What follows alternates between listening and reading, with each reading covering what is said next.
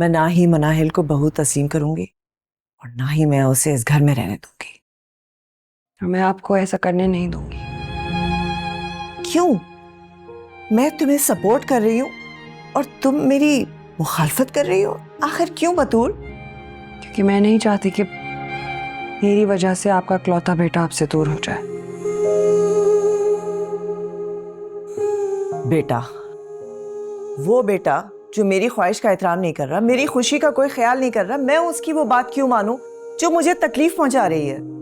औलाद की खुशी के लिए तो इंसान कई तकलीफें बर्दाश्त कर लेता है। और आप तो फिर माँ हैं। तुम भी तो किसी की बेटी हो ना। मैं माँ होके किसी और की बेटी को कैसे दर्द में देख सकती हूँ, और वो भी बिना वजह?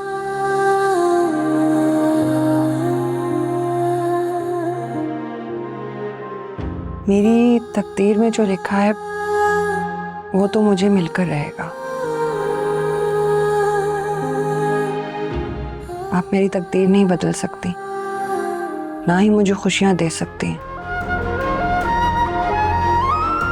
इसीलिए प्लीज जो हो चुका है उसे तस्लीम करके अपने घर को मजीद बिखरने से बचा लें।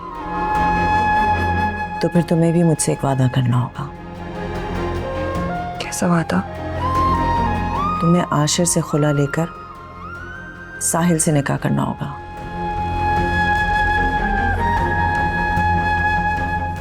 नहीं, सॉरी आंटी, मैं ऐसा नहीं करूंगी, मेरे लिए मुमकिन नहीं। तो फिर तुम्हारे होते हुए मेरे लिए भी ये मुमकिन नहीं है कि मैं किसी और को तुम्हारी जगह बहू तस्लीम करूं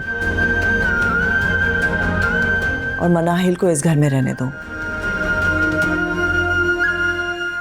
चाहे मुझे इकलौता बेटा ही क्यों ना खोना पड़े।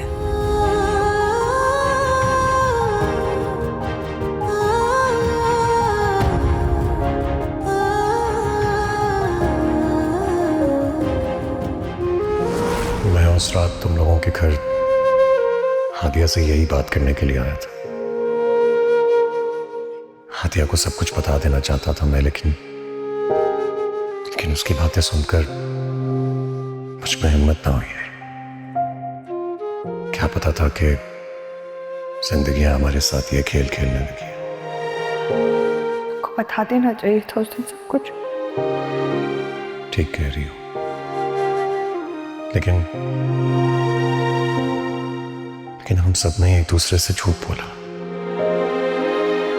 मैंने हादिया को कुछ नहीं बताया और हादिया ने मुझे कुछ नहीं, और उसी एक झूठ की सजा आज हम सब भुगत रहे हैं। आप क्या चाहते हैं? सच कहूं तो